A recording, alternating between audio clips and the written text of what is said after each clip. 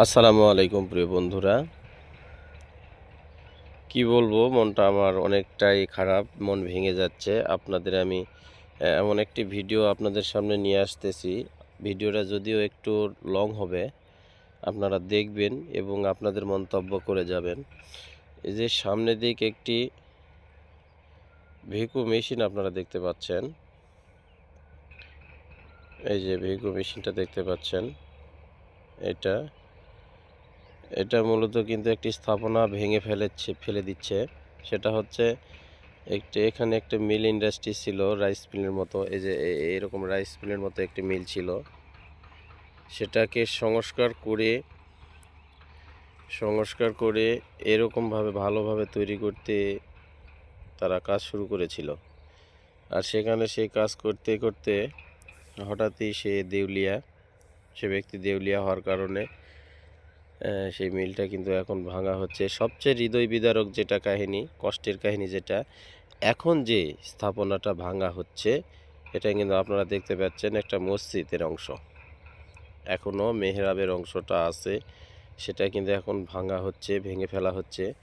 যদিও মসজিদটি তৈরি করে নামাজ সেখানে হয়নি, মসজিদটা তৈরি করা কমপ্লিট হয়নি, কিন্তু মসজিদের মানে আরসিসি কলাম থেকে শুরু করে গাঁথনি করা এবং মেহরাব করা সব কিছু হয়ে গেছে, শুধু ছাদ বাকি ছিল।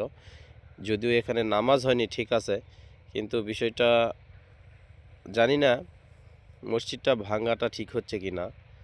তো আমার একটা ধারণা যে এই মসজিদটা অন্ততপক্ষে একটা রাস্তার জনগণের নামাজ পড়ার একটা ব্যবস্থা করে দিলেও সেটা পারতো ওনারা।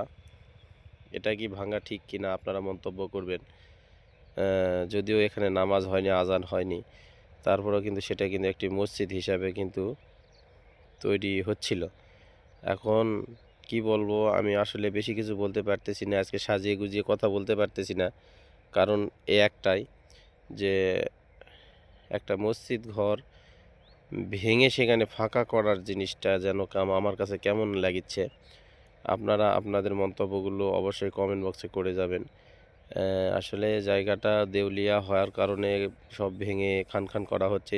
সেই সাথে রাস্তার ধারে একটা মসজিদ করা হয়েছিল, মসজিদটাও ভাঙা হচ্ছে। সেটা কি ভাঙা ঠিক হচ্ছে কিনা, এই মন্তব্যটা অবশ্যই আপনারা করবেন। সকলে ভালো থাকবেন, আর সকলের প্রতি খেয়াল রাখবেন। আসসালামু আলাইকুম রহমতুল্লাহ।